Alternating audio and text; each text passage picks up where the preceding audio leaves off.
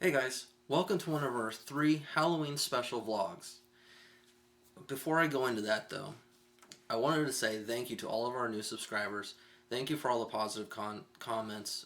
We really appreciate it, and it really makes us want to push more and to do more in our vlog. So keep that up, keep hitting the like buttons, keep sharing our videos, and please get your friends and families to subscribe to our channel. Thank you. Now, that being said, many of you probably don't know that I am an author. I write children's books, such as this special, which is Hiccup Mummy. It was published by Me Genius. And I also write adult horror, such as this screenplay, which was produced by Seraph Films for their Horror Haiku series on YouTube. This is definitely a family-friendly channel. And because of that, I want to honor that and give this quick disclaimer. These 3 stories that I'm going to share in 3 different vlogs are definitely adult horror. There may be some language, there may be some suggestive content, and it definitely may cause nightmares if you are susceptible to that. So, please, put your little ones to bed before you go any further after our intro, and turn down the lights, prepare to be scared. I hope you guys enjoy. Please let me know in the comments if you like these stories. Thank you, and happy Halloween.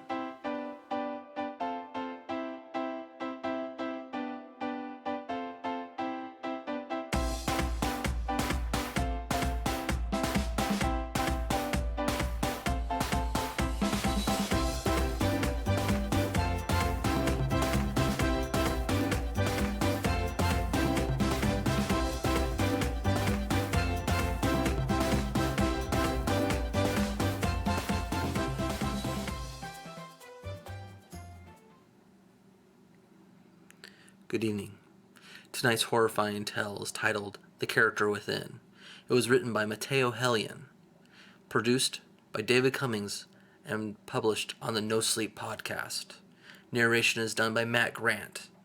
Prepare to never see the fair the same ever again.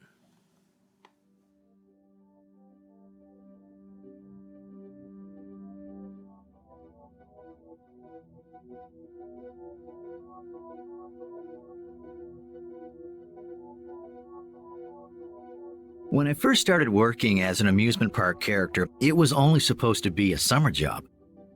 Truth is, I wasn't very excited about it when I started, but I needed the money, and I really didn't want to flip burgers or get stuck doing some other stupid job. At least as an amusement park character, I didn't have to get dirty or sell crap to people. Anyone can stand in a costume and get their picture taken with kids, but now that I'm going on my 5th year as a costume character, I feel that it's time I shared with the world why my summer job has turned into my life passion. My first day consisted of training videos. I didn't even put on the costume until my 3rd day at the park. Video 1 was on the history of amusement park characters and how they're important to the overall feel of the park. Video 2 was on park safety and how to stay hydrated while wearing the costumes. By the 3rd video, I was sure I was going to hate this job. That is, if the job was as corny as the videos. On my 3rd day, I was issued my costume, Lily Lamb. Good thing no one can see who you are, because there was no way in hell I wanted my friends to see me walking around dressed up as a white fluffy lamb with a pink hat. I was also issued a mentor, Charles Winter, a 12-year veteran of the amusement park characters. Charles, is a bit different, kind of hyper and shifty. He's always looking around and checking the time as if he's running late or nervous about something. Everyone says it's just his thing. Some people are funny about clean hands or bugs, and Charles is funny about the time. He's shorter than me and a little pudgy around the middle, but what really caught my eye was how pasty white his skin was. He said that it was from spending every day in his costume. When I first met him in the locker room, he came bouncing into the room with his costume half on. "Knock, knock!" he bellowed cheerfully to all the other costume wearers. "Who's there?" the group of 6 responded in unison. "Tommy gun!" Charles laughed out. "Tommy gun who?" they all went. Tommy gonna get you!" The group of half-costume characters laughed insanely, as if it was the funniest thing ever told. I didn't get it at first, but one never does get an inside joke from listening on the outside. Charles finished putting his crazy crow costume on and slapped me on the back with a feathered hand. The bird's large yellow beak was open, and its two white eyes stared off in unnatural directions. The whole getup was humorous and frightening at the same time. I quickly placed the lily lamb head on and followed Charles out of the changing room to the food court area. Within minutes, a group of young kids surrounded us, asking questions and shaking our hands. I watched what Charles did and made sure that I was mimicking the best I could. But then, two teenage guys walked over and began to harass me. They pulled on my costume's tail and taunted Charles. I waited for Charles to push them off or do something other than staying in character. He waved at them and made like he was laughing with them. I was surprised by Charles's lack of action on the two punks and slightly frustrated. By the time we called it a day, I was furious. Other teens had been rude and several grabbed at my tail, as well as the feathered tail of Charles's crazy crow. How the hell can you just let those assholes mess with you every day? I asked as we entered the locker room. Charles removed his headpiece once we were inside and smiled at me. "Do they make you mad?" "Fucking A, they do," I said. By this time, the others had returned and began to take their costumes off. Charles looked around the room appraisingly before he returned his gaze back on me. His pale skin seemed slick with sweat from the heat of being in the costume, and the fluorescent lights of the locker room reflected on his forehead. "You're gonna fit in just fine, kiddo. How's about a drink after work? Me, you, and the guys?" he asked. I was suddenly diffused of my anger and was only able to muster enough thought process to say, "Sure." I'm not sure why I got excited about that. It's not like I really knew any of them at the time, nor did I see myself fitting in with them. "Good. Meet us in front after dark when the park is closed and we'll go have some fun," Charles said. I arrived at the main gate just as the last couple exited the park, giggling and clinging on to each other as young lovers do. The security guard at the exit wished them a good night and swung the gate shut with a clunk. I looked around for Charles but found the street empty. Thinking that I had been stood up, I started to walk home. Then I spotted the headlights from one of the amusement park's delivery vans flick on, and it moved towards me. I squinted in the blinding light as it approached and could just make out Charles behind the wheel. A wide grin stretched across his face as the van stopped next to me. He slid open his door and jumped out. He was still wearing the bottom half of his crazy crow costume. "Knock, knock." I took a step back, now thinking that my decision to go out for drinks wasn't such a good idea. Who's there?" I stammered. "Orange," Charles hollered back. Orange who? Aren't you gonna get in? We got stuff to do, kiddo." Under the yellow streetlights, Charles' pale skin almost glowed. He stood there waiting for me to climb into the van with his head cocked to the side and his hands gripping the suspenders that held his costume's lower half on his body. I noticed that his right foot, which was covered in an oversized yellowbird footshell, was tapping on the pavement. I didn't see any way of getting out of it, not when I had to return to work with him the next day. I didn't want to be the new guy who wasn't fitting in. I climbed in and stopped dead in my tracks as I reached the middle walkway between the front seats. I looked back into the rear of the van and found the rest of the group all still wearing their costumes, sitting side by side in the two bench seats that lined the walls of the cargo area. Resting on their laps was a mix of hatchets, butcher knives, and meat cleavers. They sat there motionless for a moment, and then in unison they all turned their costume-covered heads and looked over at me. I never thought that the sight of Zebra Zed or Hugo Hippo would be terrifying, but I was starting to shake when Charles climbed in behind me and placed a hand on my shoulder. "No worries, kiddo. You're one of us now," Charles said. He then pushed me down into the passenger seat with surprising strength and put the van into drive. A few minutes later, Charles brought the van to a stop, and I glanced out the windows, hoping to see a bar or a restaurant, anything that would hint that this was some kind of joke, that the costume characters holding their knives and hatchets were just some sick hazing tradition that Charles had thought up. But we stopped in a residential neighborhood. The back door opened up and I watched as the group filed out of the van one by one. Then Charles slid open his door and climbed out and motioned for me to follow.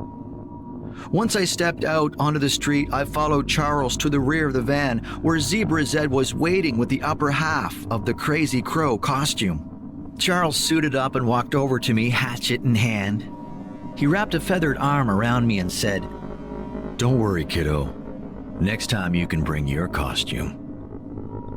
He led the way, escorting me to the front of a single-story house with the group behind us. Charles rapped on the door. "Who's there?" A young voice called out from inside the house. I recognized the voice. It was the voice of the punk who had been taunting me while Charles and I worked the food court area. I heard the deadbolt slide over and the lower lock come unlocked. As the door started to open, Charles gave it a massive kick, sending it flying inward. It struck the teen's face with the edge of the door and split his nose open. Immediately, the group of costume characters rushed in and started to search every room in the house. I walked in behind Charles in a state of shock. This looks like something more than just scaring the teens and getting a little payback.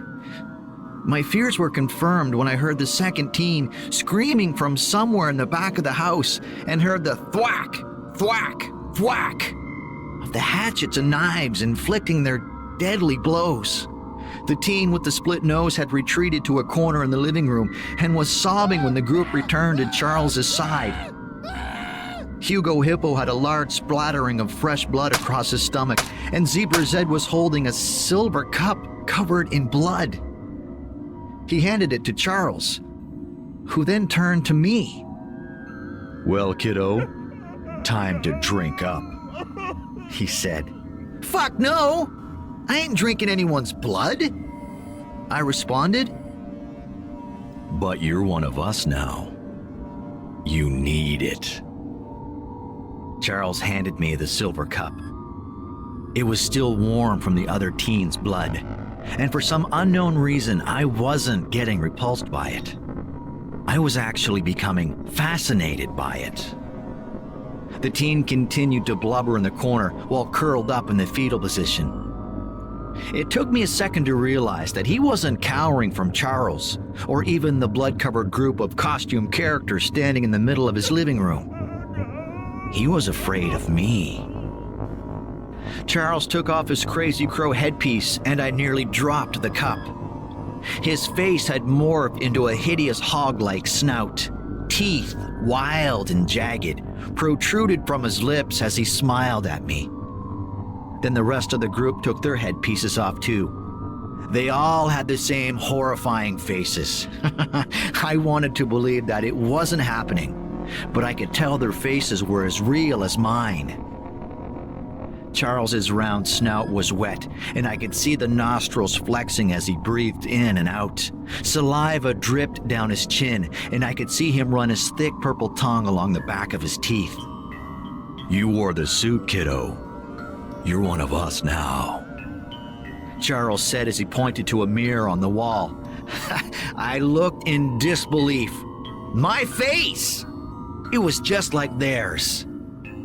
"You've got the greatest job in the world, kiddo, and we go out for drinks every night." I looked down at the silver cup of blood again. Something animalistic came over me, as if I was a wild animal that hadn't eaten in days.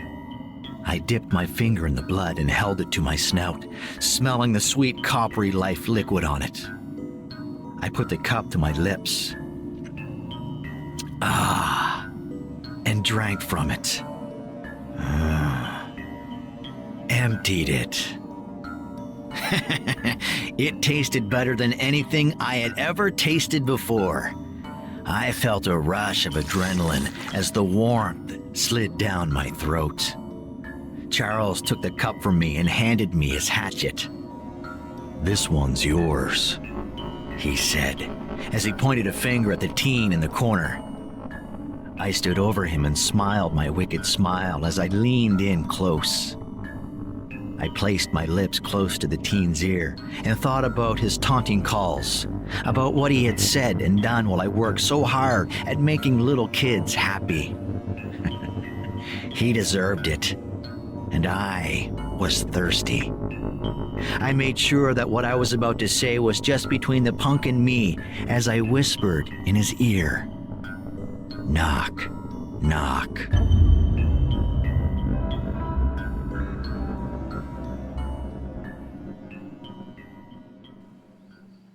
I hope you enjoyed tonight's story. The people behind the costumes and under the makeups of the clowns can be pretty scary, but perhaps what's even scarier is the character within all of us. Good night. Happy Halloween.